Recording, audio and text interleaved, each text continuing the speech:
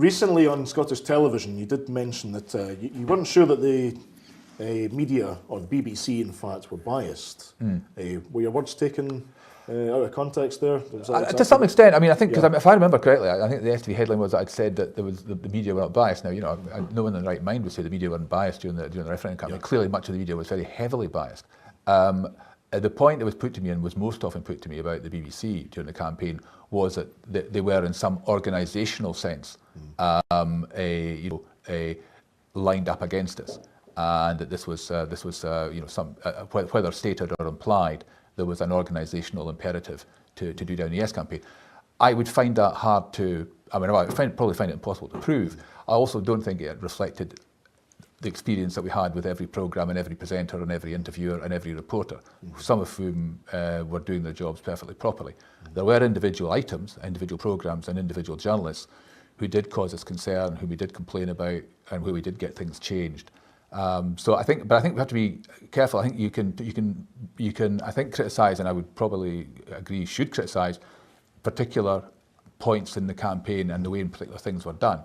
But I just think you have to be slightly careful about making a sweeping general assertion, which we might find hard to sustain.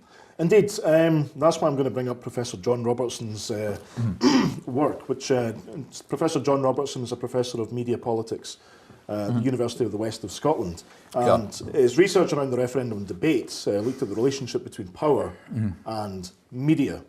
So it was a year-long study published in February 14. So February of this year, and plenty of time ahead of the conclusion of the referendum. It was published in Newsnet Scotland, but it was ignored by the mainstream media. The mainstream media did not want to know about this. Well, the BBC, in fact, actually complained about the report. It actually complained to the university. That's right. I mean, the BBC as well, I mean, there were a series of complaints made against them on bias, which they weren't even going to release numbers on when asked. I mean, how do we look at the performance of the BBC here? I mean, this is not the state public broadcaster, sorry, that we're all... I spoke to John at the time his research appeared, and he'd done a year's analysis of the early evening news programmes on BBC One and STV. And I think at that time his view was that he published that early because he thought there were things in there that were cause for concern, and was then going to do a year 2 study to see if it was the same. I'm not sure whether or not he's done the year 2 study or not. I think in the end, to be fair, I mean, John would confirm this, I think Newsnight Scotland may have done something on his report. I think there was one BBC programme I think did pick it up and do it, but it didn't get, you could quite fairly argue, I think, it didn't get as much attention as it merited or as he would have wished. What I think would be good to do now, and I suspect given he'd nailed his colours to the mast quite as much as he has now, I think John probably isn't the guy to do it, but I think what would be really good for all concerned would be an independent academic study of the BBC's coverage of the referendum campaign as a whole. I think that would be good for the BBC because I do think they have a job to do in terms of rebuilding trust with people in Scotland. I also think it would just, it would be good in terms of understanding some of the things that happened in media coverage. So I think something that we would look at what BBC did, what STV did, and maybe some of the other broadcasters, not just in the early evening news programmes, but across debate programmes and the radio output and things. I think that would be a valuable exercise. I think the BBC got a lot of things wrong. I don't think they came out of the referendum terribly well.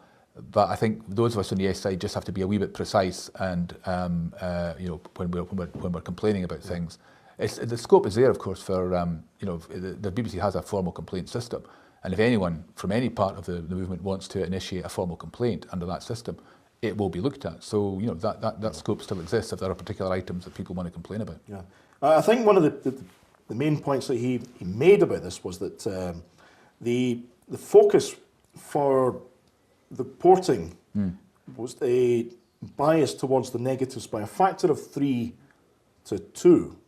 Which is not drastic.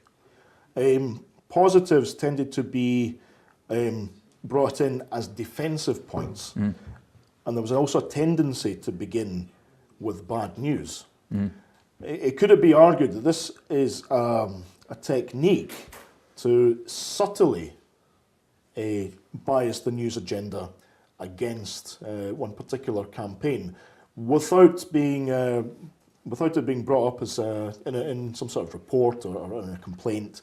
It's in no way obvious, but it's very deliberately put in a subtle manner. Well, I mean, I think that is arguable. But you know, you need quite a lot of people to be involved in the collusion or the conspiracy that would bring that about. I think what is true is that a lot of editorially, a lot of things that were carried, a lot of stories that were carried, a lot of the attack on the independence case that was made by the UK government, and a lot of things that were said by corporations and by people in the nose side, I think were not properly scrutinised. They were taken at face value and were not subjected to the kind of critical interrogation that journalists should bring to bear.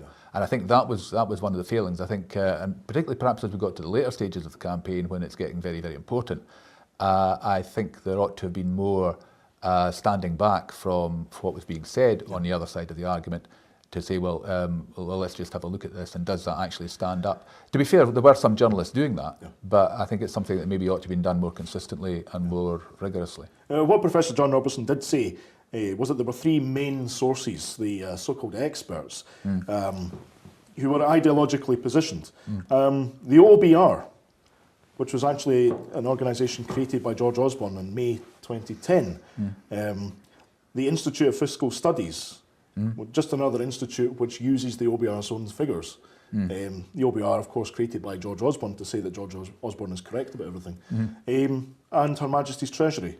So unfortunately, what we were presented with were pseudo-experts who were in fact pursuing their own political agenda. Well, I mean, I think that's certainly true of the Treasury. I mean, there's no doubt that what the Treasury was coming out with was politically loaded. I think there was a lot of challenging of some of the figures, particularly on oil revenues that the OBR were making. And the Institute of Fiscal Studies, interestingly, were suddenly being quoted enthusiastically by people who normally might have challenged some things that the IFS would say. But I think there were certainly, I think you could argue that what the UK government was doing was with organisations with whom it had a direct influence or an indirect influence. I think clearly it was understood that arguments that could be deployed against independence should be deployed. So that was all happening, undoubtedly. And it was happening internationally as well, because clearly they were going to friendly or at least closely related foreign governments to try to get them to come out and say things which were against the independence cause. And that was all orchestrated. It was orchestrated with corporations, with foreign governments, and I'm sure it would have happened with any organisation with whom they had any degree of lever of influence.